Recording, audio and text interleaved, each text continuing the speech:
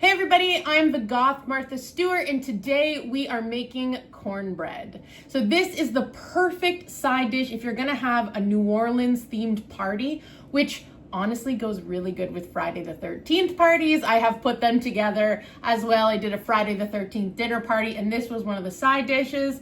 Everybody loved it. We're actually gonna do two different versions. We're gonna do a sweeter version and a saltier version. The reason for that is I love sweet cornbread. I grew up eating cornbread. It was sweet, but we had it with dinner. That's just how I grew up. I had a grandma who came from Oklahoma, and that is just kind of how we did things. However, I have a partner who does not love sweet cornbread, so for him, I'm gonna do something a little bit different. We're still gonna put it in the same pan. I don't wanna complicate my life, so I'm just gonna put a little foil in between to separate it. You guys will see what I'm talking about. So let's dive in. So the first thing I'm gonna do is I'm gonna measure out about 1/4 cup of butter. Honestly, I don't get too crazy with the measurements. It'll be fine. It'll be fine. All right, so we're gonna throw this in the microwave, which is thankfully right under here. While our butter is melting in the microwave, you might be able to hear it. What we wanna do is get our dry ingredients going. I hear some popping. That's not ideal. Make sure that your things don't explode in the microwave. Okay, so here's what we're gonna do. We're gonna go 1/2 cup of cornmeal, kind of a bigger 1/2 cup. And then we're gonna do 1/2 cup of sweet corn flour. It doesn't have to be sweet corn flour, it can be regular corn flour, but this is just a Punjabi kind of corn flour that I get in bulk at the market. I use it for a lot of different stuff. So, then we're gonna do our 1/2 here. So if you wanna keep this gluten-free, you can use a cup of gluten-free flour. What I wouldn't suggest doing is just going in with corn flour. It needs something that's gonna kind of bind it together. Now that is where regular flour comes into play. So I am gonna throw in some regular flour, about 1 cup, and that will be the base of our dry ingredients.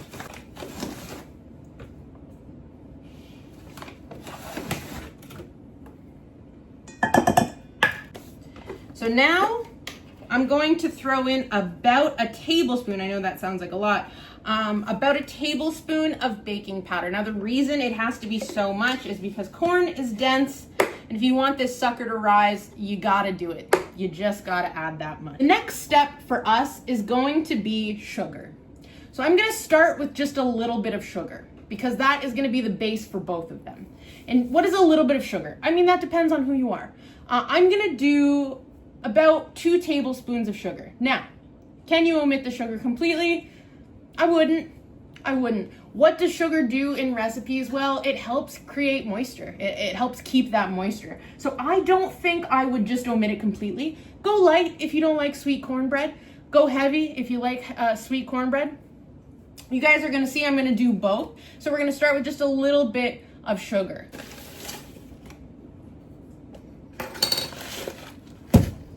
All right, now we got our base. So this is where things are gonna start to diverge a little bit. I'm gonna mix this up. Then I'm gonna add in my wet ingredients because I need to make a full batter. It just doesn't make sense otherwise. So I'm going to add in my wet ingredients after I mix this up. But that is gonna be the end of everything together. That's when I'm gonna have to separate things. I'm gonna add more sugar into the one side, that'll be my side. And then I'm gonna add some savory filling, tasty business to the other half. So bear with me, this is what we're gonna do. Let's move on to our wet ingredients. For our wet ingredients, we want 1 cup of soy milk. Why am I using soy milk as opposed to any other kind of milk? Well, first of all, I'm a vegan, but the reason I'm not using oat milk or anything like that is because that stuff doesn't curdle. Soy milk is the closest milk to regular milk, and it will curdle, and that's what I want. I want a curdled milk. Why do you want a curdled milk? That sounds gross, but that's buttermilk. That's what buttermilk is. It's curdled milk. So we're gonna add in some apple cider vinegar, just kind of sprinkle it in. This is probably a tablespoon, maybe a little bit on the upper side of a tablespoon. We've got that. And now we're gonna add in that butter that we heated up. So this is about 1/4 cup of butter. Here we go. We're gonna get our spooky little spatula here. Start by just mixing up your wet ingredients. Oh, these are dry. Start by mixing up your dry ingredients. Oh my goodness.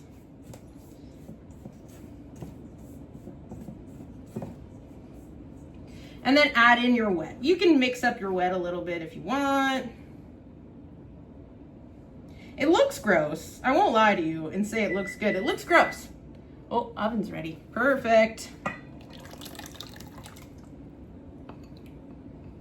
So you'll see this looks like curdled milk because it is curdled milk. Now we're gonna mix it up. You don't want to develop gluten. Thankfully, this is only 1 cup of regular flour and the rest is corn flour, so you can't really develop gluten into that, but you still have the possibility of developing gluten, and we don't want that. So we're just gonna be mindful of what we're doing here. Scoop and swift around, scoop and swift around. So this is what we wanna do, almost like a macaronage. Perfect, okay. Now this is where I'm splitting it in half. So I'm just gonna take the bowl that I used my wet ingredients in and split this guy in half. Whoop. Okay. Now, the only thing I want to add to mine is sugar. I don't really need anything else. So I'm going to add sugar to mine. How much sugar? Enough. At least 2 more tablespoons, but maybe a little bit more. Yeah, I would say that's about 3 tablespoons. It's not a dessert. We don't want to get crazy here. All right. Now, because I'm adding in sugar afterwards, makes it harder to mix up. But just take your time, make it work. All right. This is my batter here now.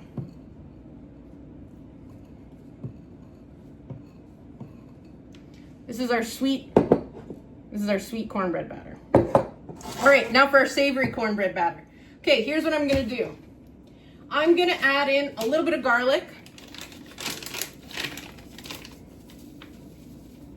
Okay. I'm going to add in some nutritional yeast.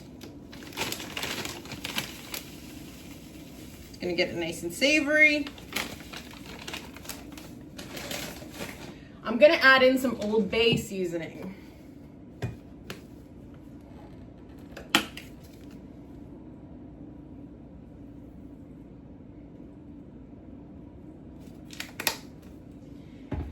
And I'm gonna go grab salt.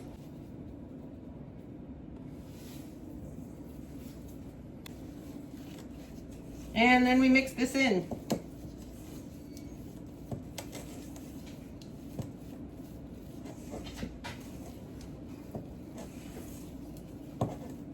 All right, put that guy over to the side. Now it's time to load this up. First thing I'm gonna do is put parchment paper in it. Okay, here's the trick for parchment paper.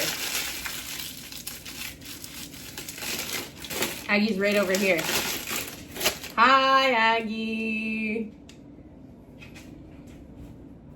She heard crumpling and she thought it was a treat. She's so...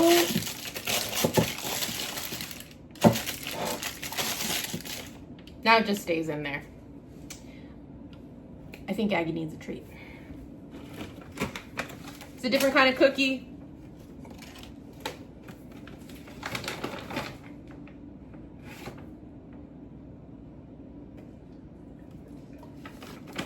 All right, now we've got our parchment paper in, so now I'm gonna make a little wall.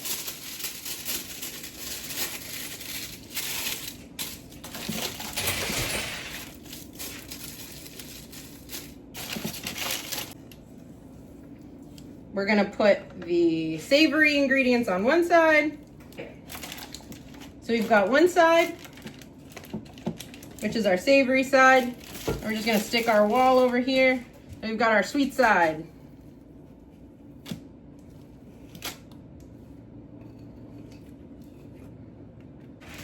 This is gonna go into the oven at 350. Now, I'm just gonna wait for it to be done before taking it out, which makes sense because that's what everybody would do. But how long that takes, I'm gonna say 15 minutes, but make sure you keep checking it. Essentially now you've got 2 smaller loaves instead of 1 big loaf. If you're not doing the 2 loaves, then it's, it'll be a little bit longer, but I'm doing the 2 in the same container. So let me just toss these guys into the oven. It's time to grab the cornbread out of the oven.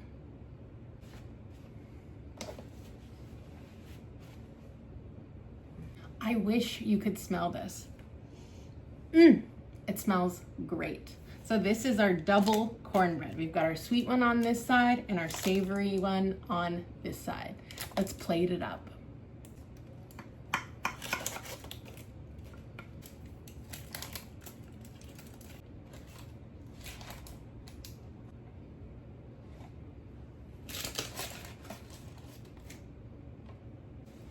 Which one are you?